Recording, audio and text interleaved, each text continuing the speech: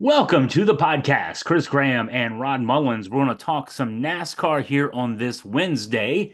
And the Cup Series, the main Cup Series was off last weekend. Rare break in the schedule. But the other series were busy in Rockingham last weekend. So getting back to a historic venue. And, it's something. So, Rod, the Cup Series is off, but we had plenty of controversy to keep us busy with what went on in Rockingham. Yeah, we had plenty of controversy. I think everybody, though, in the overall picture was pleased that the race had come back to Rockingham, that racing had come back, and it finally did. They had a great truck race the night before. Tyler Ankrum, who had, I think he broke something like 130 winless streak. At that point, he hadn't been able to chalk up a win, and he finally pulls off a win. But then you go to Saturday afternoon, and then they run the Xfinity series. Everybody is looking at it and said, "Hey, great! Jesse Love is going to win this race," and so forth for Richard Childress. And so everybody starts celebrating. They're already in victory lane, and they're celebrating, jumping around, and so forth. But after all the confetti had fell, and after all the celebration, and the beer had been, dribbled off on everybody's heads, they find out that in post race inspection, Love's car is illegal. Therefore, Sammy Smith, who drives for Junior Motorsports, gets the win, and they put poor Jesse Love down near the main bottom of the standings of the finishing order. So here's a question that I've got, not knowing the details, but you cover the circuit so closely. All right, so how long after a race are these inspections done? So how long was it roughly after the beer's poured and everything else that they find this out? And how do cars get to run in the first place if they're illegal? How do they not find that in a pre-race inspection? Well, it's something that has probably slipped by from the point that they get into pre-race inspection. They go through it. These things are supposed to be, laser. They're supposed to be done by laser and everything. At Bristol, there is a tent that is set up between turns 3 and 4, and they bring them in. You can't see in anything in that tent whatsoever. And they bring the cars in, and they bring them in one at a time, and they go through it. Nobody sees what's going on during the inspection inside the tent. They just know they've got to have their car ready to go through. Now, it could have slipped by them, and it could have been an interpretation of at least one of the rules, or at least somebody's interpretation of the way it was set up.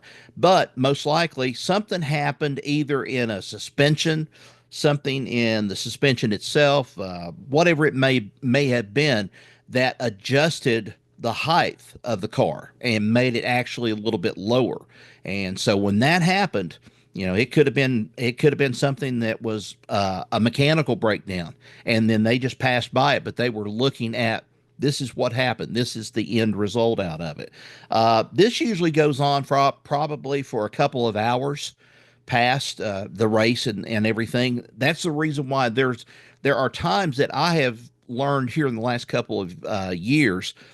I don't like to go and write my story almost immediately and send it in to you, because here's the thing: you don't know what's going to happen in post race inspection, and there you go. So I see. I was wondering about that, and so, all right, give us your expert opinion, so to speak. Are these kind of things unintentional, intentional, a combination of both, depending on? I mean, what's the most likely scenario when you hear about these kind of things happening?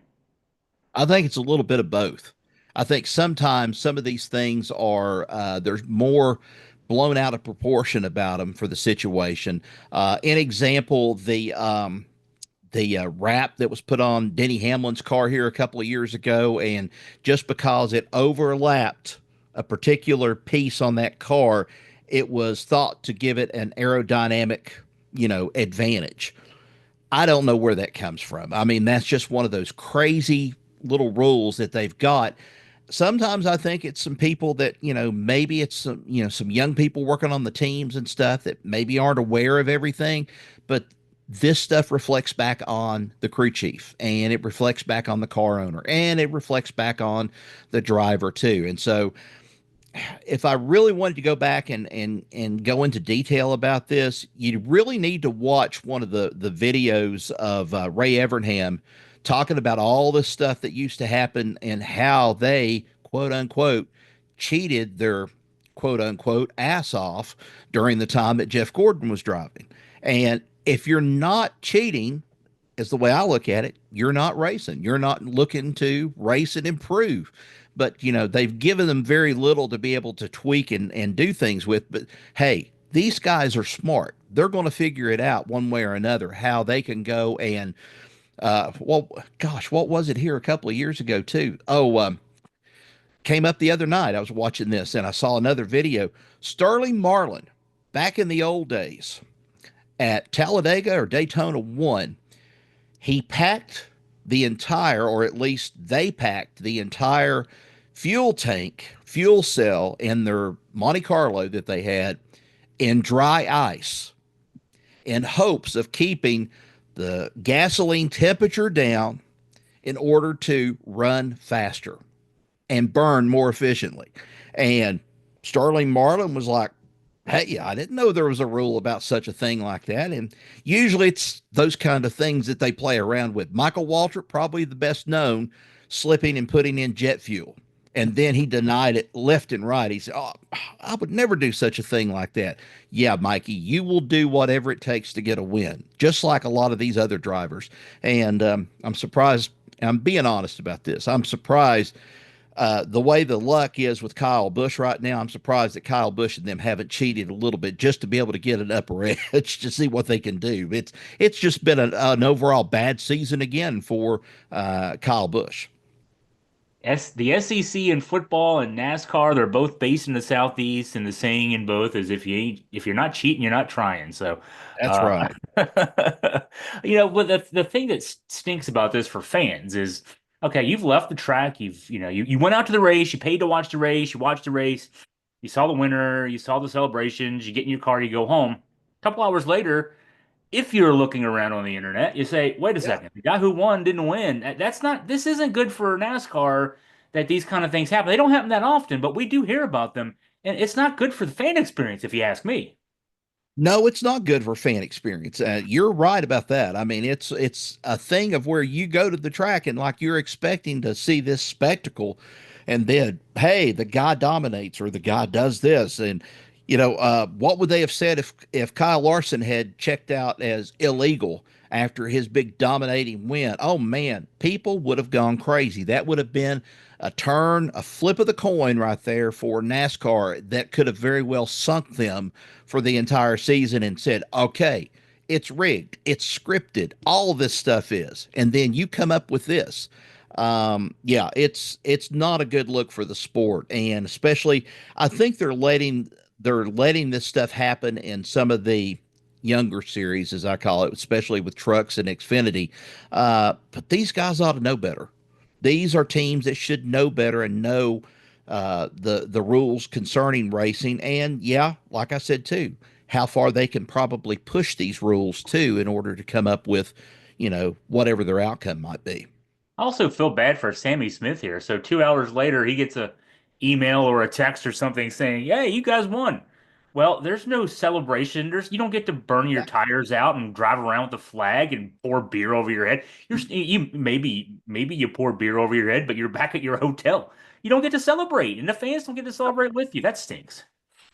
Yeah, it does. I mean, probably the most celebration he could have had was probably go to Waffle House. That's probably the only big celebration he would have got that night. Yeah, I feel bad for him. I really do. I mean, it's just you go there, you race your guts out, and then you come up second. Okay, I can live with second. Then you're disqualified, but you're the real winner. And then you don't get to show what your crew and everybody doesn't do the hats. They don't do all the other different things that go on in the victory lane after that. And so, yeah, you kind of feel cheated out of it. When my uncle would win at the local drag strip, we would all go to Bonanza afterwards. Yeah. And he pretty much just used, the winning money and bought everybody dinner. So that was, yeah, you go celebrate. I mean, that's what you do. That's Okay. worth it, though. I mean, that's unlike some musicians that are out there that uh, go and I've heard stories of bands going and this in particular. I'm not going to mention who it was, but they would go and do a show and somebody Said, well, guess we're done now. We're going to go eat and everything else. And they pull into a convenience store. The lead singer, the guy, comes back on the bus with a loaf of bread and a roll of bologna and says, "Here's your dinner. Eat well." I was just listening to a podcast with the wrestling personality Jim Cornette, and he was talking about how when he ran his own company down in Tennessee for a few years called Smoky Mountain Wrestling, it was funded by a guy named Rick Rubin, who was the founder of Def Jam Records. So you don't, that was not something Hmm. that was really publicly known back then. That Rick Rubin, this long beard, long hair guy who made his money in rap music was also a huge wrestling fan and funded Cornette's company. And so Cornette was telling a story about being in oh somewhere in Tennessee, and they had done a house show for the company, and the only place that was open for them to eat after the show at 10:15 on a Saturday night was the Pizza Hut. So Oh my God. he's got Rick Rubin, this long-haired looking hippie guy, and they're eating in a Pizza Hut. And of course, Rick Rubin, he said, was a vegetarian, and he had to order the weirdest pizza in the world with no cheese because he couldn't have cheese either, just sauce and a bunch of vegetables. And he said the waitress said, "You ain't from around here, are you?" So Yeah, yeah, one of those you're stories. you eat pretty queer, as they might say in this neck of the woods. You eat pretty queer, don't you? So He said she said something like, "Because I remember somebody ordering a pizza like that. You ain't never been here before, have you?" Uh, so yeah, it's one of those things. Switching gears, another controversy coming out of the racing weekend down in Rockingham this past weekend, and emerging after the race, Katherine Legge was able to run in the Xfinity race, and she was involved, got caught up in a wreck, and afterwards, she's been getting some uncomfortable social media messages. What's the latest on this story? it's something that I would have thought some NASCAR fans would have outgrown, or at least tried to outgrow out of this whole thing. Um, it's sad. It's despicable. She hasn't come on to the NASCAR circuit in as much bravado, as we'll put it that way, as Danica Patrick did. Everybody thought when Danica Patrick came on to the circuit, she'll win. She'll be an instant winner almost immediately. She never did win the entire time she was there. More than anything else, Danica Patrick got the reputation probably more in the pits of being a whiner about a lot of things. And I'm saying this because this is the honest to goodness truth about her. They talk about it. They said she whined. She would complain about things, complained how people raced her. I haven't seen this or haven't heard this out of Katherine Legge until it comes out of it this weekend, and she gets caught up in a wreck. Casey Kane, matter of fact, he was racing the Xfinity Series this weekend at Rockingham for, I believe, is running the HendricksCars.com Chevrolet, and he gets caught up in a wreck. And happens to be Katherine Legge is there, but she gets ran into from the rear from William Solich, I think is his name, and ends up taking him out, or he takes her out. And then it's all immediately the blame is put on her, that it's her fault for starting the wreck and something of that nature. And I've got the quote up here. All these things that she said first. Let me be very clear. I'm here to race and I'm here to compete. And I won't tolerate any of these threats to my safety or my dignity, whether that's on the track or off it.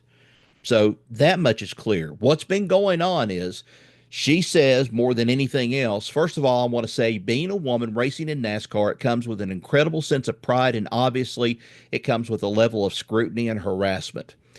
She says, however, I will say that the hate mail, the death threats, and the inappropriate sexual comments that I've received aren't just disturbing, they are unacceptable.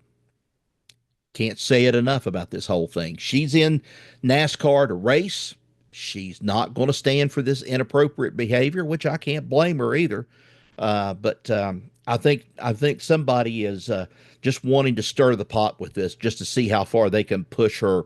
That doesn't look back on the days of Janet Guthrie when she was driving a car and could stand in with some of the best of the men that were out there on the circuit. Yeah, they just don't want to accept this. Somebody doesn't want to accept it out there. Yeah, this is terrible. It's unfortunate. It's ugly. We see this a lot. I mean, I'm reminded of something from several years ago where the gamers, there was a little phenomenon called Gamergate, where Right. there were some female writers, reporters, journalists who were writing about some trends in the video gaming industry, and thousands of young men. Were aghast that women were writing about their favorite industry, and just went crazy, and this thing lasted for so long. And really, I mean, in some ways, a lot of people will say that there's a corollary between that and sort of the rise of a portion, at least, of the MAGA movement. So it's interesting to see how some of these things can play out. And it's just it's not good. I mean, you know it's Katherine Legge is not Danica Patrick. You mentioned that. I mean, she's not racing full time on the circuit. There's not a lot of publicity being put to that. She's trying to make her way. She's a veteran racer. I mean, again, unlike Hmm. Danica Patrick. Danica Patrick had, success on the Indy circuit, but for a few years. Katherine Legge's in her 40s. She's been racing for 20 plus years. And now she's trying to make this crossover. And, if it works out, it works out. If it doesn't, it doesn't. Nobody's sending sexually harassing threats or anything of that nature to a male caught up in a wreck, and nobody's threatening these kind of things to a guy. She's another racer, but yet, because she's a woman, let's do these things. It's not a good reflection. I'm not going to just say NASCAR fans, because it's a really small subset, obviously, of NASCAR fans, but still, it's out there, and it's ugly. Well, and and let's go with this route too. I was reading something today. I went to the doctor's office and was reading something on the phone today. There is a bunch of clickbait stuff that's out there that is really running wild in the NASCAR world, or for that matter, the political world, whatever it may be. And there was something that had come out that was totally untrue, but it gave the byline as going to a respected NASCAR writer who has been writing about NASCAR for quite a while, about this Lamar Jackson, Dale Earnhardt supposed feud over the number eight, and said that they were going to ban, NASCAR was going to ban all number eight flags or anything symbolic of Dale Earnhardt Jr. at the race at Talladega this weekend. That is utter BS. There's no truth to that. They can't do anything about, it's the image. That's what they're saying. That image of that number eight is the way it should be. Dale Jr. thinks that the whole point about this thing with Lamar Jackson's kind of it's moot. There's nothing there to it anymore. They've had a little bit of a disagreement over it. But why in the world would you put clickbait out there like that? And then stirring this thing up about Katherine Legge. I've been seeing some really, really bad, and I'm pointing this out. There's some really bad clickbait out there from places. They show up when they do show up, if they're on Facebook. The Netherlands, different places like that is where these outfits are based, and the riders. I've never heard of these guys. Of course, I know they've probably never heard of me either, but it's like, you've got somebody in India that's riding on NASCAR, and it's like, where did this come from? How does this guy know anything about NASCAR except to maybe watch it on television? But I think they're If, stirring this if stuff they up watch it because on television, Rod, these people probably aren't even watching. They don't even know what NASCAR is. They're looking yeah, for clicks. they're looking for stuff. I mean, and that's what turns around and gives you, me, all these other people. Oh yeah, they're fringe media. They don't know what they're talking about. That's the way it is, and they're the ones that's really messing it up for the rest of us. Is what they're doing. They are, and then it has real life implications when it goes to Yeah. something where Katherine Legge is getting threats. I mean, it only takes one person who has a screw loose, and we'll just say it that way, who takes what they read from a clickbait site seriously, and does something stupid. That's all it takes, and somebody can get hurt. And that's the day and age we live in, unfortunately. So, Well, hey, the other thing too, and while we're talking about this, I would not want to be in Pat McAfee's shoes right now.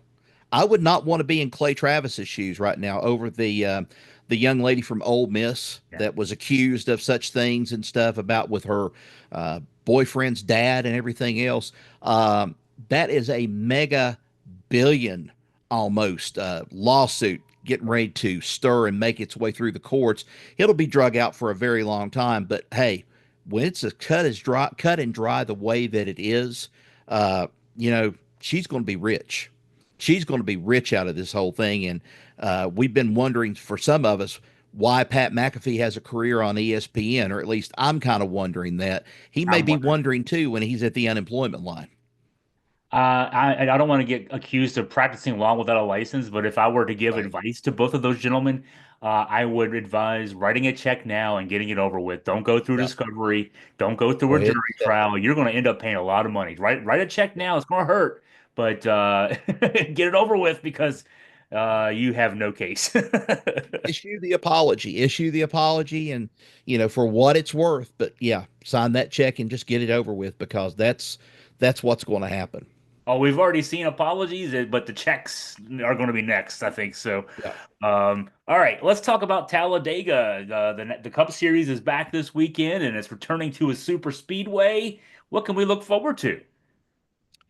Oh wow, this is going to be the one that is going to we're going to see this weekend how much progress some of these teams have made, even though we've been on the medium sized tracks and the short tracks. We haven't been at a super speedway since Daytona in the start of the season. And technically, if you want to say it, Atlanta. Atlanta races like a super speedway, so to speak.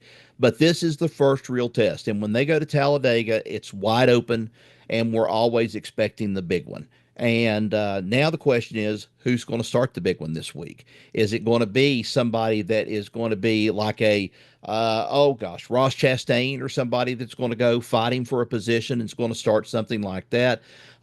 Is it going to be one of the younger drivers? Carson Hocevar right now is not on everybody's fan list. He's going out there and doing what they are telling him to do, and that is race hard. And that's what he's supposed to do. He's a young kid. He's trying to make a name for himself. But then they come in and the powers that be want him to slow down because you've wrecked so and so's car, and that doesn't look good on all of us before it's over with. It's racing. That's the way it's supposed to be. We're going to see this weekend who has made leaps and bounds, jumps from where they were at the first of the season, or we're going to see regression that is going to be so bad on some of these teams that just shows, hey, they don't have the super speedway program in place. And why? Why do they not have this super speedway program in place doing what they say it's supposed to do? A lot of questions about it. There's, Talladega is going to be it's going to be a wide open race. It could be, we might see a Keselowski win this race. We might see a Chris Buescher win this race. We could very well see Ryan Blaney come back to the front and win this race. And I'm talking Ford power, and especially Penske with all of that there thrown together. We could see just about anybody win that race. And then, of course, the Chevrolets start out good. Sometimes the Chevrolets are strong enough to finish and finish the race.